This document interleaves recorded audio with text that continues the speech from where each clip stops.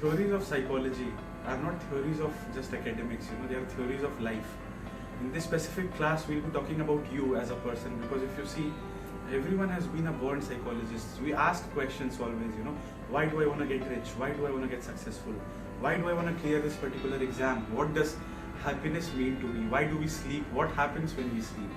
Things like these. We all have been asking these questions to ourselves since we were children. The subject of psychology aims to give you a very theoretical, very scientific answer to these kind of questions. So in this following course, you'll be getting to know yourself more and more better, and you'll appreciate people around you. And if you prepare for this particular subject, the preparation in itself becomes very easy, because end of the day, this topic is about you. And we'll be covering everything which there is to cover. If you see psychology, we have two papers. One is your paper 1, one is your paper 2. Paper 1 deals with the theories of psychology, right? The scientific frameworks which have been given, the research which has been done. So paper 1 is limited to that, and paper 2 we are dealing with the application part of paper 1.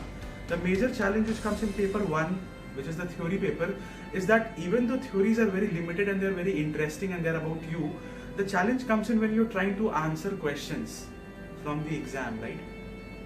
For example, if I give you the multi-store model of memory, it's a very simple model. We have a sensory memory, we have a short-term memory, and then we have a long-term memory, right? And the information comes in through the sensory memory. When attention is paid to that, it goes to your short-term memory, and because of repeated rehearsal, it goes to your long-term memory. That is a very simple model given by Atkinson and Shiffrin. But now if I ask you to describe the multi-store model of memory versus evaluate the multi-store model of memory versus define the multi-store model of memory, what usually happens in the exam is that the student will write each and everything which there is to write about the multi-store model of memory, and then they come back and ask me, sir, marks kyun nahi aa rahe? Because you are not meeting the demand of that particular question. If you see, the question was asking you to evaluate something. So when you're evaluating the multi-store model of memory, or even in general when you're evaluating anything, you are supposed to be acting like a judge. You know what they do in code? You're supposed to look at the pros, you have to give examples from the pros, you have to look at the cons, you have to give examples from the cons, then you have to put your personal inference in that, right? And that is what a well-structured answer in an evaluate question would look like. So we'll be dealing a lot in these areas as well. How to deal with the evaluate question, how to deal with a describe question, how to deal with a define question, right? And as you grow with this subject, you will see that just rather than exploring yourself, you have become way better at even explaining yourself, at putting yourself on paper.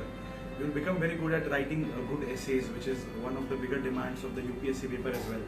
That you're supposed to present a 1200 word write-up on a single prompt. You will realize how you do that, as and when you deal with the concepts of answer writing. A lot of theories in psychology, a lot of concepts in psychology like attitude, values, interest, or emotional intelligence. Those are the same topics which you even have in the ethics paper.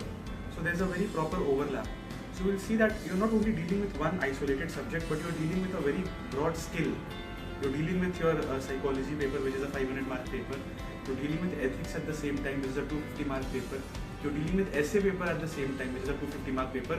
So overall in the mains examination, you're playing in a spectrum of some 1000 marks. I'm Rithwik Aryan, I'm an international author, and I've been training UPSC aspirants in the field of psychology since last 4 years now, and I'll be teaching live at Unacademy.